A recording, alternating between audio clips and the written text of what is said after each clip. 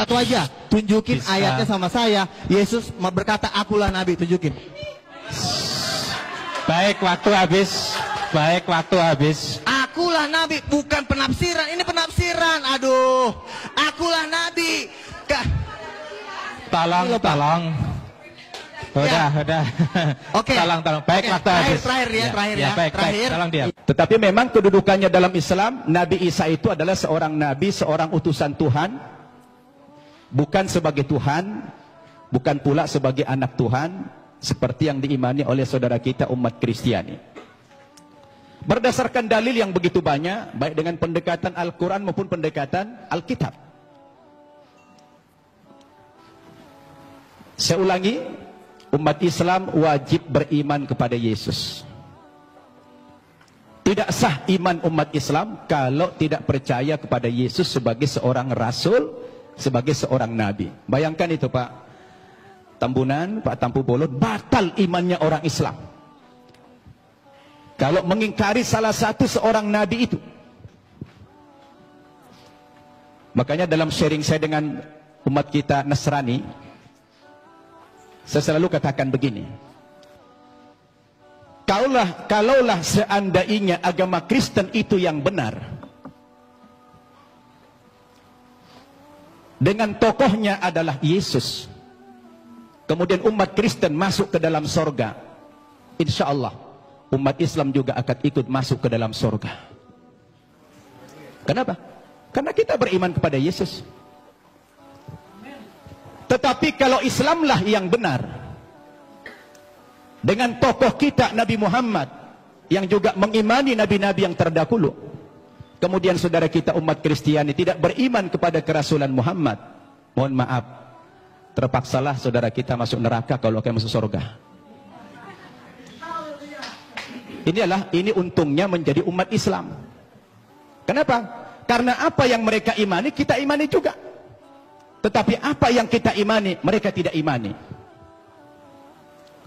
Itulah perbedaan yang mendasar antara kita dengan umat Kristiani. Hanya persepsi tentang Nabi Isa, dia Tuhan atau Nabi. Berdasarkan ayat-ayat Alkitab yang sudah dipaparkan begitu banyak oleh Ustadz Insan Mokoginta tadi, ternyata ratusan ayat yang kontradiksi. Ada yang mengatakan Nabi Isa itu Tuhan, ada yang mengatakan dia Nabi. Oleh karena itu, saya ingin mengajak antum semua untuk merenung. Ketika kita berbicara Yesus itu Nabi atau Tuhan, apa yang menjadi parameter kita? Siapa yang paling punya otoritas membicarakan tokoh ini, Tuhan atau Nabi? Menurut hemat saya, yang paling punya otoritas bukan pribadi-pribadi, bukan manusia, bukan pendeta, bukan ustadz, tetapi yang paling punya otoritas membicarakan tokoh ini mestinya adalah sumber agama itu sendiri, yaitu Alkitab atau Al-Quran. Betul tidak? Harus sumber agamanya itu yang menjadi tolok ukur. Sekarang kita pertanyakan, dari dua kitab suci ini, Al-Quran maupun Alkitab, yang mana yang memenuhi kriteria sebagai sebuah kitab suci? Nah, ini perlu kita uji. Ini perlu kita uji. Kita capek bicara ngalur ngidul, mengangkat dalil-dalil. Kalau dalil itu tidak representatif, tidak rasional, saya pikir juga percuma. Sekarang kita harus bicara dari dua kitab suci ini. Kenapa dikatakan dia kitab suci? Coba Bapak Ibu saya tanya. Ada buku? Coba, ada buku? Coba buku. Ya, itu aja, taruh, minjam dulu. Ya. Bapak Ibu saya tanya. Ini kata lainnya apa? Kitab suci. Oke. Ini apa namanya? Buku. Buku kan? Bapak Ibu saya tanya, ini sama ini bahan bakunya sama tidak? Sama-sama apa? Sama-sama kertas. Kenapa dalam penamaan jadi beda? Yang ini dikatakan kitab suci, yang ini dikatakan buku. Kenapa jadi beda namanya? Padahal bahan bakunya sama-sama kertas. Yang membedakan apanya? Ternyata yang membedakan kontennya, isinya. Dia dikatakan kitab suci karena memuat firman-firman Tuhan Zat yang Maha Suci. Kenapa dikatakan ini buku? Karena dia adalah buatan manusia dan manusia tidak ada yang suci. Betul tidak? Sekarang mari kita uji. Kalau kita sepakat, apa yang membedakan buku dengan kitab suci adalah terletak pada kontennya. Kalau kitab suci itu adalah memuat firman-firman Tuhan. Ketika kita uji Bapak Ibu, 5 kriteria minimal kalau kita ingin menguji apakah kitab suci itu benar apa tidak. Yang pertama, sebuah kitab suci itu akan dikatakan benar apabila dia murni datang dari Allah, 100% datang dari Allah, dan tidak ada intervensi manusia di dalam kitab suci itu dalam bentuk kontennya setinggi apapun otoritas manusia itu. Betul tidak? Termasuk di dalamnya Nabi. Makanya kalau kita baca Al-Quran, ini 100% firman Tuhan. Tidak ada perkataan Nabi Muhammad di sini. Perkataan Nabi Muhammad dimuat dalam hadis namanya. Tidak ada satu ayat pun di sini sumbangan Nabi Muhammad dalam bentuk isi. Ini adalah wahyu Tuhan 100%. Akan berbeda kalau kita baca ini Alkitab, di sini sudah tercampur, di sini ada perkataan Tuhan, di sini ada perkataan Nabi, di sini ada perkataan Rasul Paulus, di sini ada perkataan murid-muridnya, tercampur. Lalu di mana letak kesuciannya yang dikatakan kriteria kitab suci itulah murni datang dari Tuhan.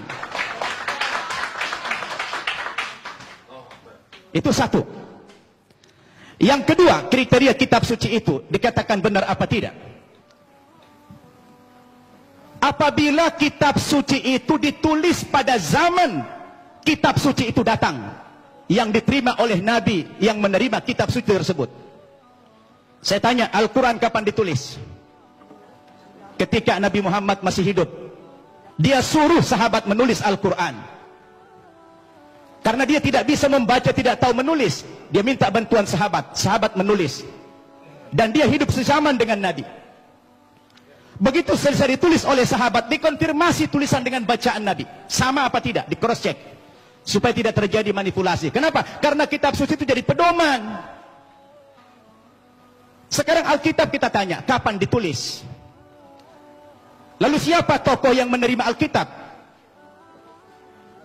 Alkitab ditulis bukan pada zaman Nabi Isa masih hidup. Tapi sudah sekian puluh tahun, bahkan sekian ratus tahun. Yesus sudah tidak ada di dunia ini, baru ada pembukuan Alkitab. Terus bagaimana seorang penulis akan mengkonfirmasi kepada yang menerima wahyu itu? Maka kemungkinan terjadi manipulasi sangat mungkin. Sebab yang namanya wahyu itu haruslah dari Tuhan, tidak boleh dari rekayasa atau karangan manusia. Betul tidak? Dua itu kriteria, dan Alkitab gugur menurut hemat saya di situ.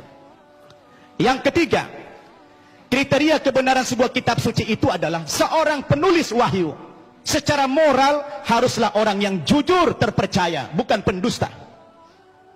Penulis Al-Quran adalah orang yang jujur. Sekarang penulis Alkitab, bagaimana Alkitab disandarkan kepada Yesus, disandarkan kepada Musa, disandarkan kepada Nabi yang lain, sementara sang penulis tidak pernah jumpa dengan yang menerima wahyu itu. Bagaimana ini?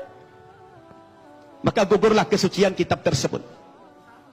Kemudian yang keempat, kriteria kebenaran kitab suci itu adalah apabila isi kitab suci itu tidak kontradiksi. Satu isi dia. Kalau sudah bertentangan satu ayat dengan ayat yang lain, lalu yang mana yang mau dipegang? Masa Tuhan menurunkan tuntunan pedoman hidup bagi manusia, tapi manusianya malah bingung. Yang ini mengatakan Yesus Tuhan, yang ini mengatakan Nabi. Loh, yang mana mau diikutin? Ternyata kalau kita baca Alkitab sendiri, tidak pernah kata-kata dari Yesus yang muncul pengakuan bahwa dia adalah Tuhan. Kalau kita baca dalam Injil Markus pasal 12 ayat 28 dan 29, ternyata Yesus sendiri mengatakan Tuhan itu adalah Allah yang Esa. Itu ada dalam Alkitab yang sudah dibaca oleh Pak Insan tadi. Lalu siapa yang mengatakan Yesus Tuhan? Itu Paulus ternyata. Yang mengatakan dia Tuhan itu Paulus, bukan Yesus. Semestinya Yesuslah yang lebih berhak mengatakan kalau dia Tuhan. Rupanya kita baca dalam Alkitab, saya tidak tahu Pak Tampu Bolong sudah baca belum itu. Ya, kalau kita baca dalam Alkitab, ternyata yang mengatakan dia Tuhan itu adalah Paulus. Dalilnya di mana? Dalam Kisah Para Rasul pasal 2 ayat 36, ya, Kisah Para Rasul pasal 2 36, apa kata Paulus? Jadi seluruh kaum Israel harus tahu dengan pasti bahwa Allah telah membuat Yesus yang kamu salibkan itu menjadi Tuhan dan Kristus. Coba. Ya, siapa yang mengatakan Yesus Tuhan? Paulus. Kemudian dalam kitab Filipi pasal 2 ayat 11, dan segala lidah mengaku Yesus Kristus adalah Tuhan bagi kemuliaan Allah Bapa. Nah, dia yang mengatakan itu Paulus. Sekarang timbul pertanyaan, Paulus itu siapa? Paulus itu bukan muridnya Yesus, bukan sahabatnya Yesus, bukan pengikut Yesus, tapi Paulus itu adalah musuhnya Yesus. Nah, ini dia. Dan saya baca dalam Alkitab, ternyata aktor pendiri agama Kristen itu memang bukan Yesus. Yesus tidak pernah membawa agama Kristen. Yang mengatakan kata-kata Kristen itu adalah Paulus dalam Kisah Para Rasul pasal 11 ayat 25. Ketika dia mengajar di Antioquia lah pertama kali murid-murid itu dipanggil sebagai Kristen. Kristen artinya pengikut Kristus. Kristus artinya adalah juru selamat atau Al-Masih dalam Islam. Jadi Bapak Ibu yang saya muliakan, ini yang perlu kita jadikan sebagai alat ukur apakah Yesus Tuhan atau tidak. Kalau sudah kembali kepada Alkitab, saya pikir jelas semuanya. Maka kembali kepada kriteria yang tadi. Apa kriteria kebenaran sebuah kitab suci itu? Terakhir.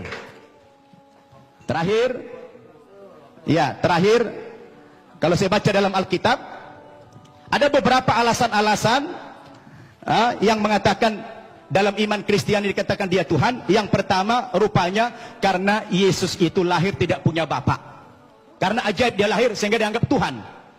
Lah kalau kita bicara logik, sebenarnya Nabi Adam itu lebih berhak menjadi Tuhan. Karena dia tidak punya bapak, tidak punya ibu. Yang kedua, dikatakan Nabi Isa atau Yesus itu pernah menghidupkan orang mati. Lalu dikatakan Tuhan. Tapi saya baca dalam 1 Raja-Raja pasal 17 ayat 20 sampai 22, rupanya bukan Yesus satu-satunya yang pernah menghidupkan orang mati. Ada nabi yang lain namanya Elia. Elia juga pernah menghidupkan orang mati. Lalu kenapa Elia tidak dipanggil Tuhan? Nah, ini menjadi pertanyaan yang menarik sekali.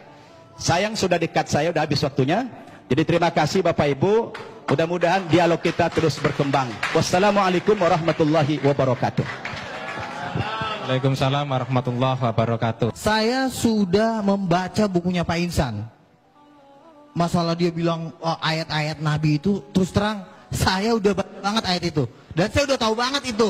Yesus tidak tahu hari kiamat, bagaimana dia Tuhan. Kok dia yang gak tahu hari kiamat? Terus terang saya udah tahu banget itu. Nah sekarang saya sedang menunggu-nunggu, Tuhan kapan saya waktunya untuk menjelaskan ini. Saya pengen banget untuk menjelaskan ini. Dan waktunya adalah hari ini. Gitu loh. Jadi artinya terus terang bukannya saya nggak ngerti, orang mengatakan, Yesus sendiri mengatakan tidak ada nabi ditolak di asalnya. Yesus mengaku dirinya nabi, ya kan? Saya ngerti banget ayat itu. Tapi satu hal ada yang tidak sanggup kalian pahami, karena firman Tuhan berkata bahwa Alkitab itu harus dimengerti dengan bagus. Daniel 1 ayat 20 dikatakan orang yang bisa mengerti firman Tuhan itu dikaruniai 10 kali lebih cerdas. Artinya membutuhkan hikmat Tuhan yang jauh lebih dahsyat. Bukan hanya sekedar firman Tuhan ditafsir sembarangan, tidak seperti itu. Contoh, tidak pernah Yesus berkata, aku adalah nabi. Tetapi dia berkata, aku adalah anak Allah. Jadi Yesus tidak pernah mengaku nabi. Memang Yesus berkata, seorang nabi tidak diterima di asalnya. Sebenarnya Yesus sedang mengumpamakan dirinya dengan nabi-nabi, karena orang-orang yang di situ belum ada yang menerima Yesus sebagai Tuhan, hanya sebagian. Jadi kalau Yesus mengatakan tidak ada seorang Tuhan, kan artinya Yesus menjelaskan ini, arti ayat ini cuma mengumpamakan nabi itu sebagai fungsi utusan dari Tuhan, karena memang Yesus dari Tuhan, tetapi dia tidak mengatakan aku adalah nabi. Nah, bagaimana kita tahu bahwa Yesus tidak pernah mengaku nabi? Rasul Yohanes di dalam Wahyu 19 ayat 16 menjelaskan tentang arti anak Allah. Arti anak Allah bukan nabi, karena pada waktu Yesus datang kedua kali di jubahnya tertulis Raja segala raja, King of Kings. Mana ada raja segala raja? Banyak. Kalau nabi kan banyak. Tapi kalau raja segala raja, raja di atas segala raja, berarti udah nggak ada lagi di atasnya. Berarti dia adalah Tuhan. The King of Kings. Jadi begini, kita tidak bisa menafsirkan kitab para nabi menurut apa kata Ahmed Didat. Karena penafsiran-penafsiran Bapak Insan Mokoginta itu kan diambil dari Ahmed Didat. Hikmat-hikmatnya doktor, profesor, doktor teologi yang nggak bisa buat apa-apa. Jadi penafsiran tentang Yesus harus diteguhkan dengan tanda-tanda mujizat. Bukan hanya bergelar, hanya doktor, profesor ditafsirkan. Contoh misalnya, inilah Nabi Yesus dari Nazaret. Memang banyak orang mengaku Yesus Nabi, tetapi Yesus tadi menolak di Matius 16. Engkau adalah salah satu di antara para nabi. Jawab Yesus apa? Dia diam, dia tidak mengatakan, iya betul kamu mengatakan bahwa aku adalah nabi. Dan Yesus, tolong tunjukkan Pak Insan di mana Yesus berkata, akulah, bukan hanya ayat-ayat ini itu, tapi mana tunjuknya? Akulah nabi. Tetapi Yesus jelas berkata, aku adalah anak Allah. Dan penafsiran nggak boleh sembarangan, karena di 2 Petrus dikatakan tidak boleh orang menafsirkan kitab suci menurut kehendaknya sendiri. Haleluya. Berikan dulu kemuliaan buat Tuhan. Tuh siapa banget. Mana? 2 Petrus 2:1. Orang basik. Nih. Yang terutama kamu harus ketahui. Aduh, tuh, Tuhan marah kan? Yang lain belum punya.